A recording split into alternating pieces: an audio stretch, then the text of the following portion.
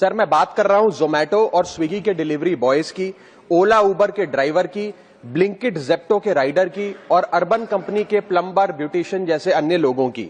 Sir सरकारी भाषा में इन्हें गिग वर्कर कहा जाता है, लेकिन मैं इन्हें invisible wheels of the Indian economy के नाम से बुलाता हूं। सर आज मैं इनका दर्द इस सदन में रखना चाहता हूं।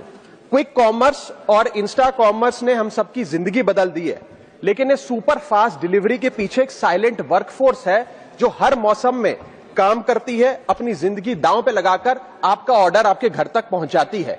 और इस साइलेंट वर्कफोर्स की छाती पे चढ़ के आज ये तमाम बड़ी ई कॉमर्स और इंस्टा डिलीवरी एप्स और कंपनीज बिलियन डॉलर की वैल्यूएशन हासिल कर चुकी हैं, यूनिकॉर्न्स बन चुकी हैं।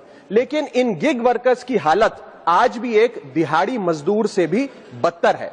सर इनकी कुछ चीजें, कुछ दर्द मैं आपके समक्ष रखना चाहूंगा और चाहूंगा सरकार तक पहुंचे। पहला है स्पीड और डिलीवरी टाइम का जुल्म। आजकल सर एक 10 मिनट की डिलीवरी का खतरनाक ट्रेंड चल रहा है।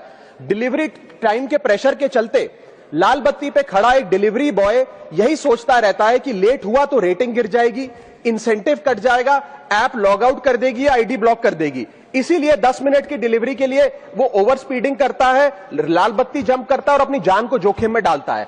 दूसरा दर्द है सर कस्टमर का गुस्सा।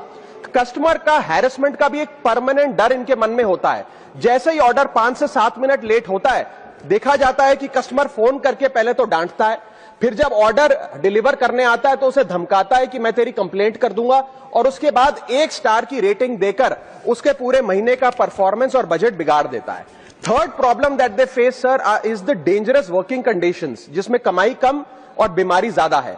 12 से 14 घंटे की डेली की शिफ्ट करते हुए, चाहे धूप हो, गर्मी हो, ठंड हो, सर्दी हो, जो मर्जी मौसम हो, फॉग हो, पोल्यूशन हो, ट्रैफिक हो, ये लोग बिना किसी प्रोटेक्टिव गियर के, बिना स्पेशल बोनस के, बिना हजार्डर अलाउंस के काम करते रहते हैं। और सर इनकी स्थिति तो फैक्ट्री में काम कर रहे एक कर्मचारी से भी बदतर है, क्योंकि ना इन्हें परमानेंट एम्प्लॉयमेंट मिलती है, ना ह्यूमेन वर्किंग कंडीशंस होती है, ना हेल्थ एक्सीडेंट इंश्योरेंस मिलती है।